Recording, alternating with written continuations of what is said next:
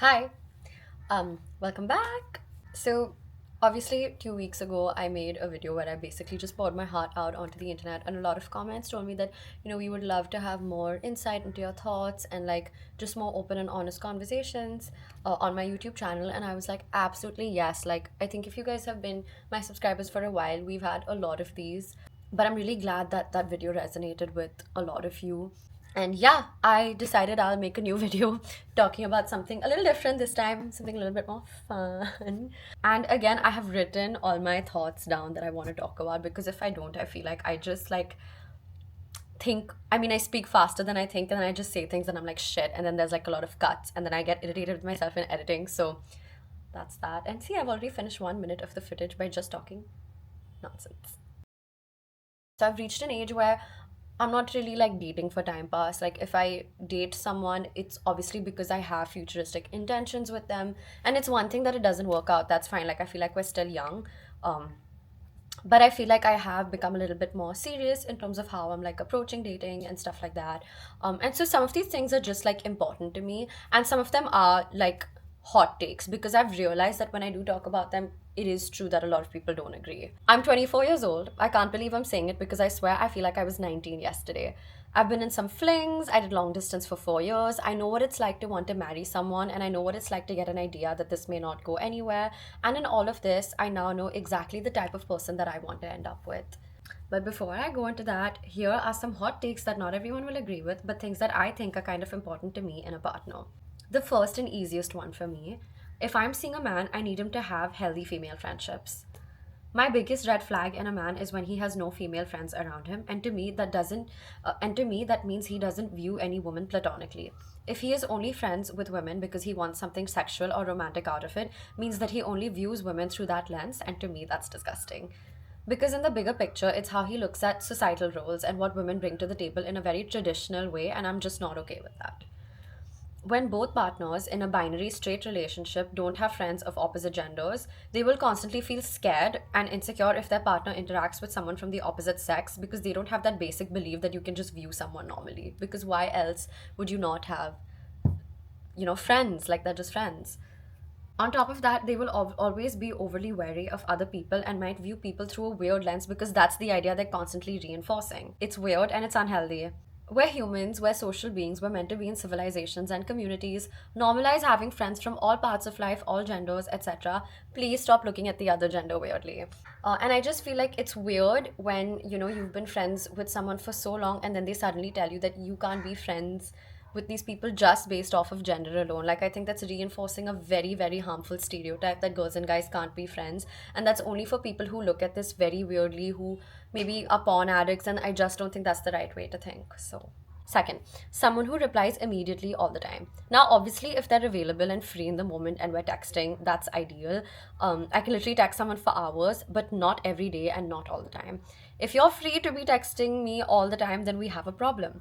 I'm not the type of person who texts that much anyway. I prefer just meeting, and when I'm busy and I'm sort of doing my own thing. I'm like working, editing, reading. I don't want to sit and allocate time to constantly text someone. I'd even prefer it if you FaceTime me a few times a day, or you dropped in a check-in text once in a while is fine.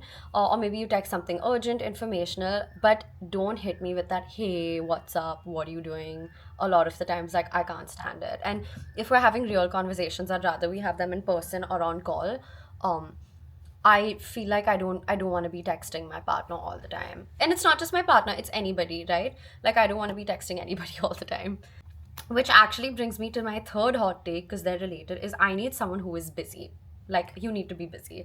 Um, I'm a busy girl. I have things to do, dreams I want to achieve, and I want a partner who sees and dreams big for him as well, for himself as well. I want someone who understands that I may not reply for a few hours and may forget to call maybe once in a while, and I would be understanding of the same. Ambition is the most important quality I seek in a partner, and I want us to support each other and be understanding through that always.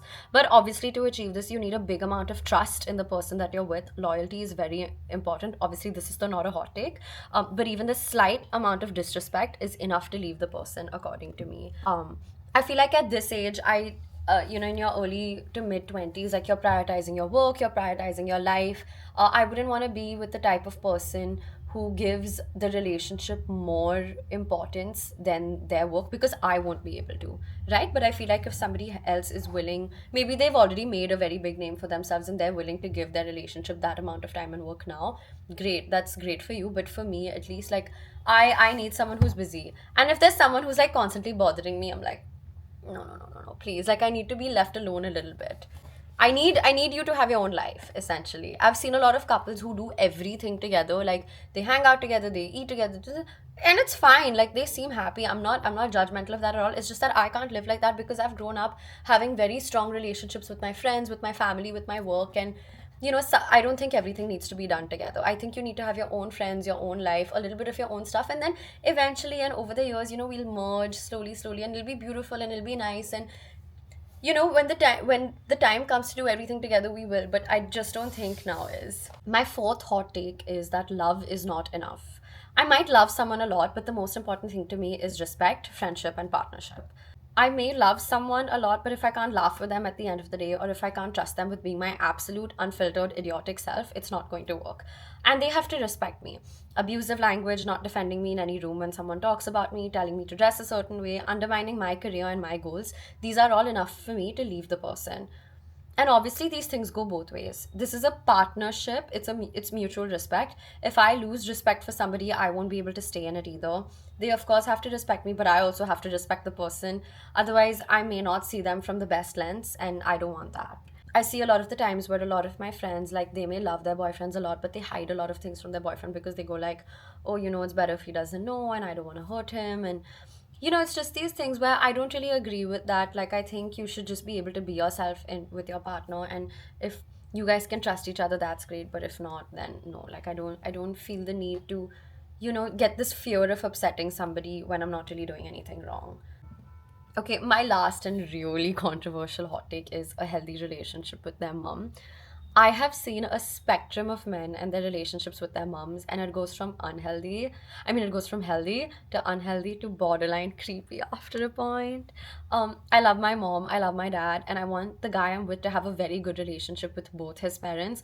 But unfortunately, a lot of the times I see a very emotionally unavailable father, a mother who feels rejected by said father, and then the son has to step in all the time and act as a husband and a son.